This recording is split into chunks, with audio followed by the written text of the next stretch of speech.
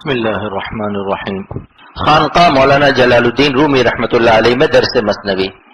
اس کے بعد حضرت والا خانقاہ کے گوشے میں تشریف فرما ہوئے، ہم خدام بھی سامنے بیٹھ گئے۔ ارشاد فرمائے کہ شہر پونیا میں جہاں مثنوی وارد ہوئی، جی چاہتا ہے کہ یہاں مثنوی کا درس زیادہ سے زیادہ ہو جائے تاکہ قیامت کے دن یہاں کے در و دیوار گواہی دیں کہ یہاں اللہ کے ایک عاشق کے عاشقانہ کلام کی شرح ہوئی تھی اور اللہ کی محبت کی باتیں نشر ہوئی تھی۔ اللہ تعالیٰ اختر کی معروضات کو قبول فرما کر سارے عالم میں نشر کرا دے، اور مولانا کی مثنوی کی شرح معارف مثنوی کے نام سے جو اللہ اپنے اختر کے ہاتھوں سے لکھوائی ہے، اس کا مختلف زبانوں میں ترجمہ کرا کے سارے عالم میں اپنی محبت کی آگ لگا دے۔ خطا کاروں کے لیے تسلی۔ صبح ایک صاحب سے جو غلطی ہوئی تھی ان کی تسلی کے لیے ارشاد فرمائے کہ آج میں ایک راز بتاؤں گا کہ کبھی کبھی بعض بے وقوفیاں جو ہو جاتی ہیں، اس میں کیا راز ہے۔ بے وقوفی کرنا تو خطا ہے، لیکن استغفار و توبہ کر کے اپنی خطاؤں کو بھول جاؤ، ورنہ شیطان مایوس کرتا ہے، نا امید کرتا ہے کہ تم تو بڑے خطا کار ہو۔ ہم خطاؤں کو یاد کرنے کے لیے پیدا نہیں ہوئے۔ اللہ تعالیٰ نے بار بار قرآن پاک میں اعلان فرمایا کہ ہم کو یاد کرو، گناہوں کو یاد کرنے کے لیے تم کو پیدا نہیں کیا گیا۔ ایک دفعہ گناہ سے توبہ کر لو، توبہ کر کے معافی مانگ کر بس سمجھو کہ تمہارے گناہوں کو ہم نے قبر میں دفن کر دیا، اور دفن کرنے کے بعد مردہ اکھاڑا نہیں جاتا۔ میرے شیخ نے فرمایا تھا کہ اللہ سے استغفار اور توبہ کر کے پھر اللہ کی یاد میں لگ جاؤ۔ اس کا ایک راز بتاتا ہوں، وہ راز صاحب پونیا صاحب مثنوی کی زبان سے بتاؤں گا جو یہاں میرے قریب مدفون ہے۔ فرماتے ہیں، اے بسا ذرہ سیاہ تابش کند، اے بسا ذرہ سیاہ تابش کنن۔ مولانا رومی فرماتے کہ دنیا والوں کبھی سونے کو سیاہ تاب کرتے ہیں، کالا کالا رنگ لگا دیتے ہیں کیونکہ چمکتے ہوئے سونے کو نظر لگ جائے گی اور ڈاکو چور اس کو اٹھا لے جائیں گے۔ انسان کا نفس خود چور ڈاکو ہے۔ اگر ہر وقت نیکیاں ہوں، کبھی خطا نہ ہو اور کوئی بے وقوفی نہ ہو جائے تو اس کو خود اپنی نظر لگ جائے گی۔ ہم بہت ہی اہم ہیں، لہذا خطا مت کرو، بے وقوفی اور حماقت مت کرو، لیکن ہونا اور ہے، کرنا اور ہے۔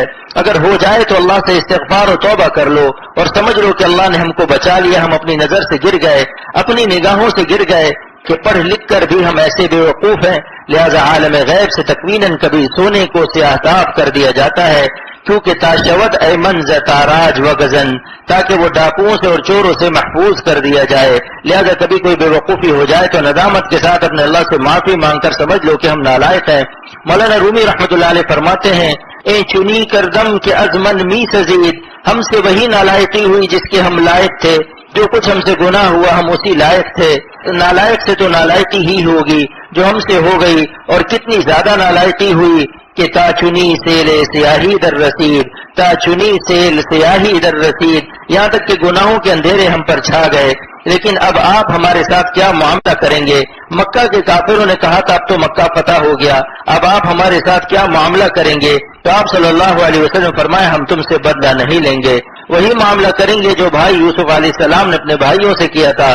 تو جب آپ کے نبی کے یہ اخلاق ہیں تو آپ کے اخلاق کیسے ہوں گے؟ لہذا مولانا رومی فرماتے ہیں، اے خدا آکن کے استو می سزد، اے خدا آکن کے استو می سزد، اے خدا آپ ہم نالائقوں کے ساتھ وہ معاملہ کیجئے جس کے آپ اہل ہیں، آپ لائق ہیں، اس لیے آپ کے لائق معاف کر دینا، خطاؤں کو بخش دینا ہے۔ اے خدا وہ معاملہ ہمارے ساتھ کیجئے جس کے آپ لائق ہیں۔ کیا مولانا کے یہ علوم معمولی ہے؟ مولانا فرماتے ہیں، من نجو یمزی سپس راہ اسیر، من نجو یمزی سپس راہ اسیر، میں پہلے اللہ کا راستہ ہرگز نہیں ڈھونڈوں گا، پہلے کیا کروں گا؟ پیر جو یم پیر جو یم پیر پیر، ایک مصرے میں 4 دفعہ پیر کا نام لیا کہ ہم اللہ کو ڈھونڈنے کے لیے پہلے خود سے نہیں نکل پڑیں گے، جن کے ذریعے خدا ملتا ہے پہلے ان کو ڈھونڈیں گے، یعنی اللہ والوں کو، مرشد کو اور پیر کو ڈھونڈیں گے۔ کہ صاحب پونیا مولانا رومی نے ہم کو ہدایت دی، جن کے ذریعے سے اللہ ملتا ہے پہلے ان کو ڈھونڈیں گے۔ آپ بتائیے پہلے راہبر کو تلاش کرتے ہیں یا پہلے منزل کو ڈھونڈتے ہیں؟ آپ پونیا میں جہاں جہاں جا رہے ہو پہلے صائم راہبر کا نام کو ڈھونڈتے ہو یا نہیں؟ راہبر کو تلاش کرتے ہو کہ بھائی کدھر کو چلیں؟ تو معلوم ہوا کہ منزل سے پہلے راہبر کو تلاش کرتے ہیں۔ اسی طرح اللہ سے پہلے اللہ والوں کو تلاش کرو۔ کہیے جناب کیسا مضمون ہے؟ کیا یہ مولانا رومی کا فیض نہیں ہے؟ یہ صاحب پونیا کا فیض نہیں ہے؟ اللہ کو تلاش کرنے سے پہلے اللہ تک پہنچانے والوں کو تلاش کرو، راہبر کو تلاش کرو منزل سے پہلے۔ اللہ ہماری منزل ہے مگر ہمیں راہبر چاہیے جو ہمیں اللہ تک پہنچانے کا راستہ بتائے۔ آگے مولانا فرماتے ہیں کہ سب سے اونچا طبقہ اولیاء صدیقین کا ہے. اے سالکو، اگر تم سب سے اونچا مقام چاہتے ہو کہ اولیاء صدیقین بن جاؤ تو ولایت کے سب سے اعلیٰ مقام پر پہنچنے کے لیے مولانا رومی صاحب قونیہ اور صاحب حاضر القبر بتا رہے ہیں صبر بگزیدن و صدیقین شدن، صبر بگزیدن و صدیقین شدن. جن لوگوں نے اللہ کے راستے میں صبر اختیار کیا وہ ولایت صدیقیت تک پہنچ گئے، وہ اولیاء صدیقین ہو گئے، سب سے اونچے درجے کے ولی اللہ بن گئے. صبر کے 3 طریقے. اب آپ پوچھیں گے کہ صبر کیسے اختیار کیا جاتا ہے، تو صبر کے اختیار کی تفسیر علامہ آلوسی رحمۃ اللہ علیہ نے روح المعانی میں کی ہے.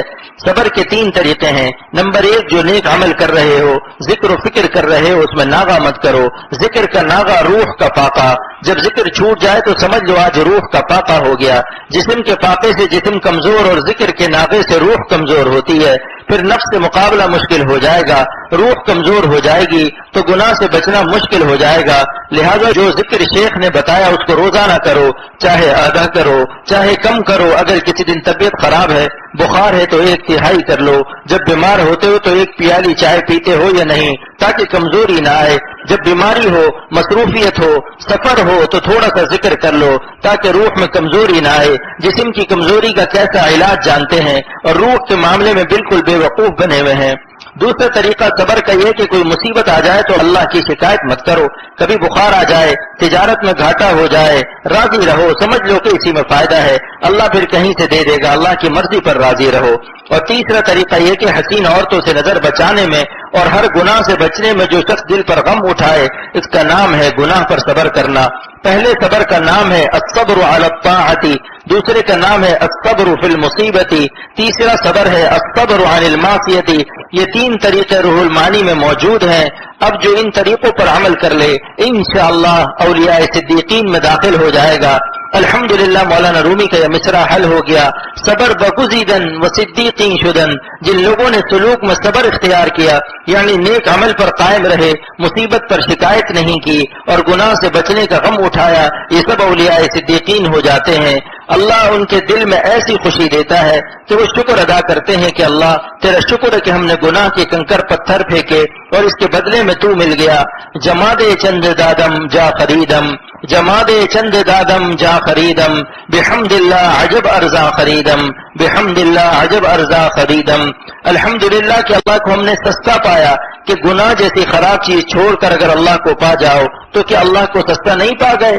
اللہ تعالیٰ کافی ہے، اللہ باقی ہے اور دنیا کے جتنے مزے ہیں سب ختم ہونے والے ہیں. زی سبب ہنگامہ شد کل حدر، زی سبب ہنگامہ شد کل حدر. یہ ہنگامے سب ختم ہونے والے ہیں. جوان بوٹی ہونے والی ہے، نیا مکان پرانا ہونے والا ہے، کپڑے پرانے ہونے والے ہیں، خوشبودار بریانی لیٹرین میں بدبودار نکلے گی، کالے بال سفید ہونے والے ہیں، لڑکے نانا ابا ہونے والے ہیں، لڑکیاں نانی اماں بننے والی ہیں، ہر طرف فنا ہے. مولانا فرماتے ساری خوشیاں ایک دن ختم ہو جائیں گی لیکن اللہ کی محبت کی خوشی ہمیشہ قائم رہے گی. زی سبب ہنگامہ شد کل حدر، زی سبب ہنگامہ شد کل حدر، باشد ای ہنگامہ ہر دم گرم تر، باشد ای ہنگامہ ہر دم گرم تر.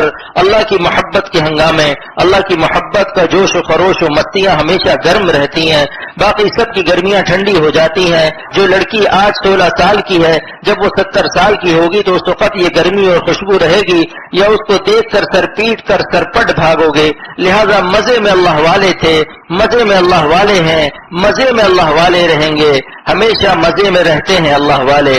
اللہ پاک عمل کی توفیق عطا فرمائے.